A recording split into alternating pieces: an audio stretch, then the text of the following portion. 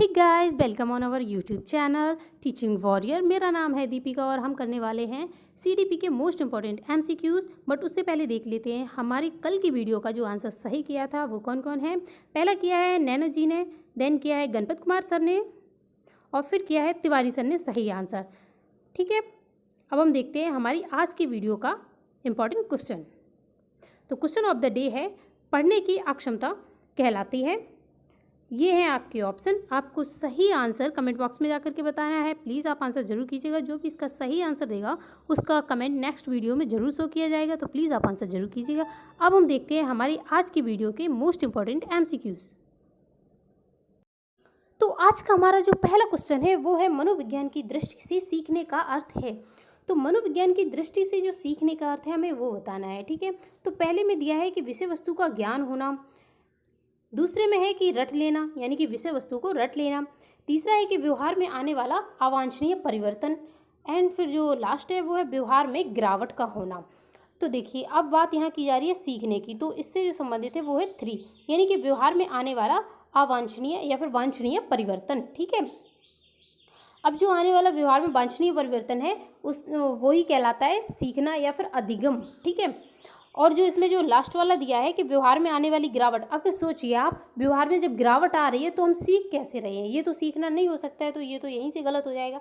और रटने पर हम कभी बल नहीं देते, हम कभी भी बच्चे को रटने के लिए प्रोत्साहित नहीं करते हैं, रटना सही नहीं होता, इसलिए ये भी गलत हो गया। नेक्स्ट था जो वो था कि विषय वस्तु का ज्ञान हो जाना। अब विषय वस्तु का हमें ज्ञान है, इस बात से हम सीख जाएं ये तो ज़रूरी नहीं है और ऐसा हो भी नहीं सकता, तो ये भी गलत है। ठीक है, तो इसका जो सही है वो है 3 यानी कि व्यवहार में आने वाला वांछनीय परिवर्तन। ठीक है, देखते हैं नेक्स्ट क्वेश्चन।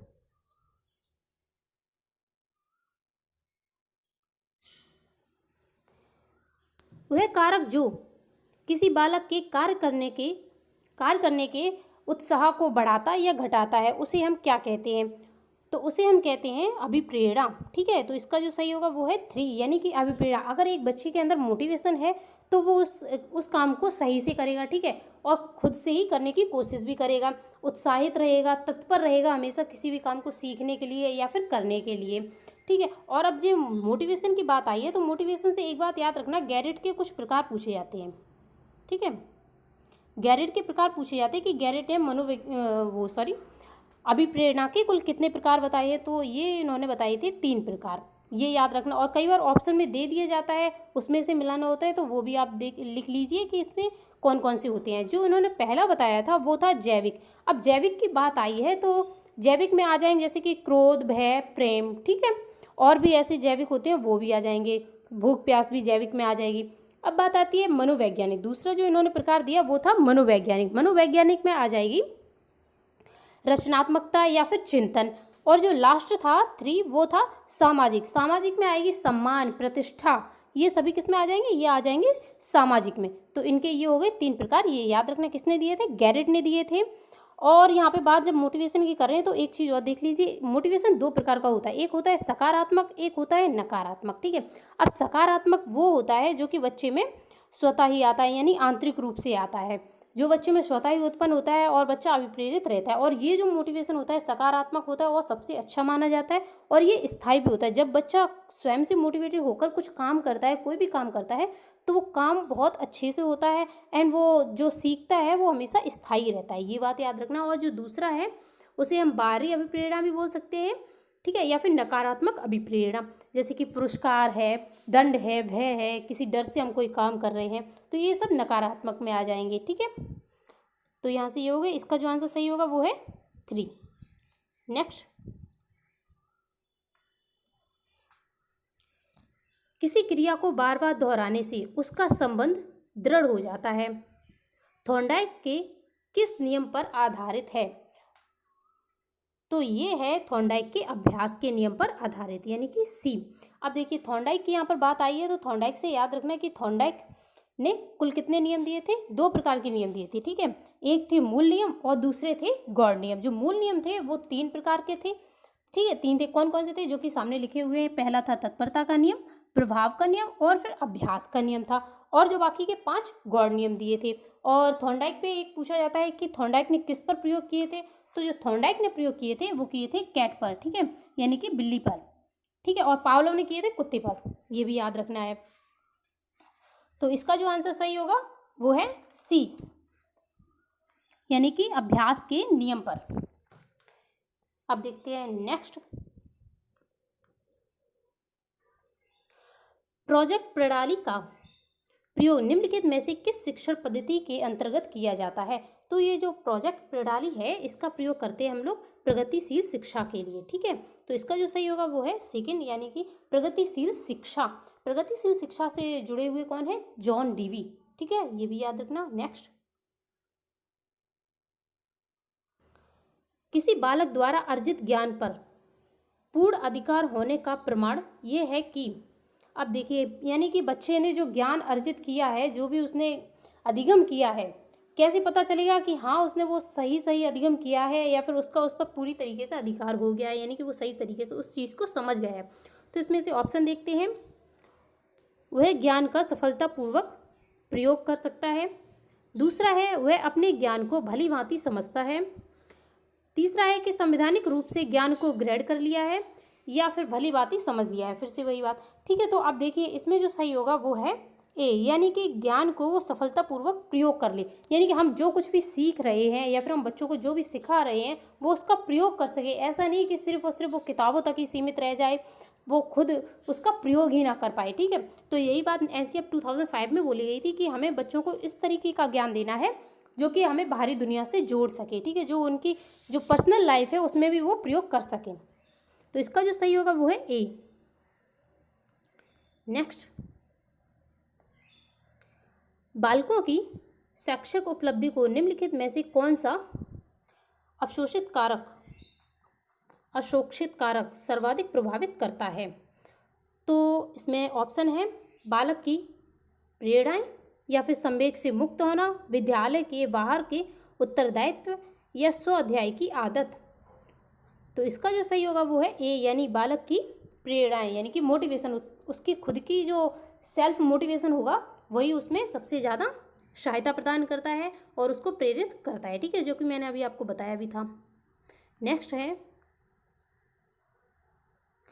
कक्षा कक्ष में प्रयोग की जाने वाली छात्र केंद्रित शिक्षण प्रणालियों में, शिक्षण विधियों में प्रायः शिक्षक की भूमिका होती है, यानी कि कक्षा कक्ष में जो भी विधियां प्रयोग की जाती हैं जो कि छात्र केंद्रित हैं, यानी कि चाइल्ड सेंटर्ड हैं, उनमें सबसे अच्छी शिक्षक की भूमिका हमें बतानी है कि कौन सी होती है।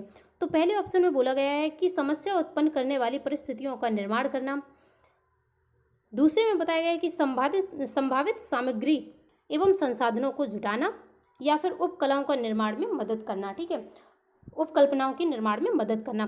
तो इसका जो सही होगा वो है डी, यानी कि ये सभी। एक जो शिक्षक होता है वो बच्चों को वैसी ही जो वो शिक्षा देना चाह रहा है, कभी कभी क्या है हमें समस्या उत्पन्न भी करनी पड़ती हैं, क्योंकि वो समस्या समाधान की प्रक्रिया इसी के द्वारा समझाई जाती है, इसलिए ये भी सही हो जाएगा। और फिर उससे संभावित जो भी साधन है, ठीक है, जो भी सामग्री है वो भी प्रयोग करता है और उपकल्पनाएं जो हैं उनका भी निर्माण करता है। तो इसका जो सही होगा वो है डी। नेक्स्ट, नैतिक मूल्यों के प्रति अध्यापक का क्या दृष्टिकोण होना चाहिए? तो देखिए, नैतिक मूल्यों के प्रति अध्यापक का दृष्टिकोण पूछा गया है, यानी कि आपका। तो पहला है कि नैतिकता को शिक्षक अति आवश्यक चीज़ समझे, या फिर दूसरा है कि वो अपना दायित्व समझे और स्वयं वो नैतिक बने, और तीसरा है कि वो इसकी परवाह नहीं करनी चाहिए, ठीक है, और जो चौथा है कि शिक्षक का दायित्व है कि वो स्वयं भी नैतिक हो और छात्रों को भी नैतिक बनाए। तो ये देखिए सामने से ही पता चल रहा है कि जो उसका सही आंसर है वो है डी, यानी कि एक शिक्षक का दायित्व होता है कि वो स्वयं भी एक नैतिक व्यवहार करे, स्वयं भी नैतिकता हो उसके अंदर, ठीक है, स्वयं भी नैतिक बने और अपने छात्रों को भी वैसे ही शिक्षा दे। और हमेशा एक जो टीचर है वो आइडियल होता है अपने स्टूडेंट का, इसलिए हमेशा एक टीचर को सभ्य होना चाहिए और अपने जो उसकी नैतिकता है उनके गुणों का प्रदर्शन करना चाहिए, जिससे कि शिक्षक भी छात्र भी वो सीखें, ठीक है, क्योंकि जो छात्र होते हैं वो अपने शिक्षक का अवलोकन करते हैं और कई बार उन्हीं चीज़ों का अनुकरण भी करते हैं। इसलिए ये हमेशा याद रखना चाहिए, कभी भी गलत व्यवहार ना करके हमेशा सही व्यवहार करना चाहिए, नैतिकतापूर्ण बात भी करनी चाहिए, जो कि जो कि छात्र हैं वो स्वयं ही सीख जाएंगे, ठीक है। नेक्स्ट, स्किनर द्वारा प्रतिपादित पुनर्वलन सिद्धांत की विचारधारा। विचारधारा यह है कि अब इसमें से हमें बताना है कि स्किनर ने जो अपना सिद्धांत दिया था उसकी विचारधारा क्या है। ठीक है, तो पहला है कि सही उत्तर पर पुनर्बल देने से आगे की सही उत्तर देने की संभावना बढ़ जाती है। तो हाँ, सही बात है कि जब भी हम बच्चों को सही उत्तर पर पुनर्वलन देते हैं तो उसके सही उत्तर देने की जो संभावना है वो बढ़ जाती है, वो अच्छा काम करेगा। अगर एक बार कोई बच्चा सही काम करके लाया और हमने उसे गुड दे दिया तो सोचिए वो नेक्स्ट टाइम उसे और अच्छा करने की कोशिश करेगा कि हाँ मुझे फिर से गुड मिलेगा। ठीक है, तो ये तो सही होगा। नेक्स्ट है, व्यवहार सामने आ जाने के बाद पुनर्वलन दिया जाना चाहिए। तो हाँ, ये स्किनर ने बोला था कि जब बच्चा व्यवहार कर दे या फिर जब भी प्राणी व्यवहार करे उसके पश्चात उसे पुनर्वलन दिया जाना चाहिए। ठीक है, अगर सही है तो उसे सही पुनर्वलन दिया जाए, इसीलिए ये भी सही हो जाएगा। तो इसका जो सही होगा वो है 3, यानी कि ए और बी दोनों ही सही है। अब यहाँ पे बात आई है स्किनर की, तो स्किनर से कुछ ये याद रखना, इनके जो सिद्धांत है वो आया था 1938 में, और इनका जो सिद्धांत है उसका नाम है क्रिया प्रसूत अनुबंधन का सिद्धांत, RS बॉन्डिंग थ्योरी। ठीक है, और इसे हम बोलते हैं सक्रिय अनुबंधन का सिद्धांत भी बोलते हैं। तो ये इसके नाम है। अब देखते हैं नेक्स्ट, बालकों में अधिगम के विकास में निम्नलिखित में से कौन महत्वपूर्ण क्या है, मतलब सबसे महत्वपूर्ण क्या है। ठीक है, नंबर 1 व्यस्त विद्यालय कार्यक्रम, या फिर अधिगम पाठ्यपुस्तकें, अधिगम उत्प्रेरित वातावरण, या फिर उत्सुक माता पिता। तो इसका जो सही होगा वो है सी, यानी कि अधिगम उत्प्रेरक वातावरण हम दे दें, उसको उत्प्रेरित करने वाला एक सही वातावरण दें, ऐसा वातावरण जो कि उसके लिए सबसे अच्छा हो, जिसमें उसके जितने भी डेवलपमेंट है, मानसिक विकास, शारीरिक विकास, भावात्मक विकास, ठीक है, और संवेगात्मक विकास, ये सभी विकास हो सके, इस तरीके का हम उसे वातावरण दें, तो इसमें उसका अधिगम जो है वो सबसे सही तरीके से हो सकता है। ठीक है, तो इसका जो सही होगा वो है 3, यानी कि अधिगम उत्प्रेरित वातावरण देना। नेक्स्ट, अंतर्दृष्टि के सिद्धांत के अनुसार बालकों में अंतर्दृष्टि कैसी होती है। तो जो बालकों में अंतर्दृष्टि होती है वो होती है आकस्मिक। ठीक है, यानी कि सूझ जो कि तुरंत से अचानक से आती है उसे हम कहते हैं कि आकस्मिक आना। ठीक है, आकस्मिक आ जाना। तो अंतर्दृष्टि कैसी होती है, आकस्मिक होती है। और ये जो सिद्धांत दिया था अंतर्दृष्टि का सिद्धांत, ये दिया था बर्दिमर ने, याद रख लेना, या फिर आप कहीं पर भी नोट कर लीजिए क्योंकि ये सबसे ज़्यादा पूछा जाता है। इसे हम और कहते हैं कि सूझ का सिद्धांत। सूझ का सिद्धांत क्यों, क्योंकि अचानक से सूझ आती है माइंड में कि कोई आइडिया आता है। ठीक है, सूझ यानी कि आइडिया। ठीक है, यानी कि अचानक से जो सूझ आती है, आकस्मिक आती है, तो उसे ही हम क्या कहते हैं, अंतर्दृष्टि का सिद्धांत। ठीक है, ये दिया था बर्दिमर ने, और इनके जो सहयोगी थे वो थे कोहलर और कोफका। ठीक है, और इन्होंने जो प्रयोग किया था वो किया था चिंपैंजी पे, जो जिसका नाम था सुल्तान। ठीक है,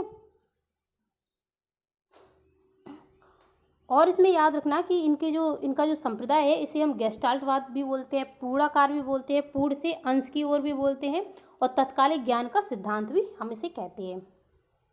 तो इसका सही है ए, यानी कि आकस्मिक। नेक्स्ट, निम्नलिखित में से कौन सी अच्छे प्रश्नों की विशेषता नहीं है। तो पहले में बात की गई है कि प्रश्नों का स्पष्ट होना, तो ये तो अच्छी बात है कि प्रश्न स्पष्ट हैं, इससे बच्चे सही तरीके से उसे समझ सकते हैं। नेक्स्ट है प्रश्नों की निश्चितता, यानी कि निश्चितता नहीं होना, इसमें बात की है कि उसमें निश्चितता नहीं हो। ठीक है, नेक्स्ट है प्रश्नों का विशिष्ट होना। ठीक है, फिर है कि सउद्देश्य होना, यानी कि उनमें उद्देश्य हो। तो इसका जो सही है, इसमें नहीं पूछा गया है तो इसका जो नहीं वाला ही सही है, यानी कि प्रश्नों की निश्चितता नहीं होना, प्रश्न निश्चित होने चाहिए। ठीक है, ये इसका गलत हो जाएगा। नेक्स्ट, अधिगम का प्रयत्न। ठीक है, प्रयत्न एवं भूल विधि के सिद्धांत का प्रयोग निम्नलिखित में से किसने सबसे पहले किया था। तो ये सबसे पहले किया था थॉर्नडाइक ने। ठीक है, तो इसका जो सही आंसर होगा वो है डी, यानी कि थॉर्नडाइक। और थॉर्नडाइक ने किस पर प्रयोग किया था, इन्होंने बिल्ली पर प्रयोग किया था, और इन्होंने गामक क्रियाओं पर सबसे अधिक बल दिया था। गामक क्रियाएं वो होती हैं जो कि हम शरीर के द्वारा करते हैं, चलना फिरना, ठीक है, दौड़ना कूदना, ये जो सभी क्रियाएं हैं गामक क्रियाएं कहलाती हैं। तो इन्होंने जो सबसे ज़्यादा बल दिया था गामक क्रियाओं पर दिया था, और इनके सिद्धांत को हम लोग कहते हैं RS थ्योरी कहते हैं, बॉन्डिंग लर्निंग थ्योरी भी बोलते हैं, प्रयत्न एवं भूल का सिद्धांत कहते हैं, या फिर संयोजनवाद का सिद्धांत भी इसे कहते हैं। ठीक है, नेक्स्ट अंतर्भूत अभिप्रेरणा का आशय है। अंतर्भूत का मतलब है आंतरिक। ठीक है, आंतरिक अभिप्रेरणा का आशय हमें इसमें बताना है। तो पहले में बात की गई है कि पुरस्कार पाने की इच्छा से कठिन परिश्रम करना। तो देखिए हम यहाँ अगर पुरस्कार पाने के लिए कोई काम कर रहे हैं तो पुरस्कार कैसा होता है, बाहरी होता है, तो ये तो हो गई बाहरी, तो ये गलत है। दंड से बचने के लिए, तो अभी मैंने आपको बताया था दंड हमेशा आता है नकारात्मक में, यानी कि बाहरी अभिप्रेरणा में, तो ये भी गलत हो गया। फिर है अध्यापक के डर से, यहाँ पे देखिए अध्यापक से डर है यानी कि बाहरी अभिप्रेरणा है, तो ये भी गलत हो गया। फिर लास्ट है कि ज्ञान को वृद्धि के लिए लगन से पढ़ाई करना। अब देखिए ज्ञान की वृद्धि बच्चा स्वयं करना चाह रहा है, ये उसकी आंतरिक अभिप्रेरणा हो गई। ठीक है, तो इसका जो सही होगा वो है डी।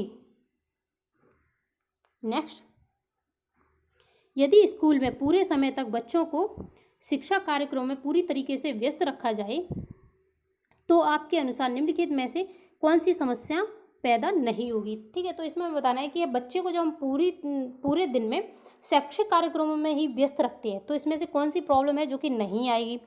तो देखिए इसमें जो प्रॉब्लम नहीं आएगी वो है छात्रों में पढ़ने के प्रति रुचि का कम हो जाना। तो इसमें रुचि देखिए कम नहीं होगी। ठीक है, कमी नहीं आएगी। ठीक है, तो ये है इसका जो सही है वो है डी, यानी कि छात्रों में पढ़ने के प्रति रुचि में कमी नहीं आएगी, ये समस्या पैदा नहीं होगी। ठीक है, तो इसका जो होगा वो है डी।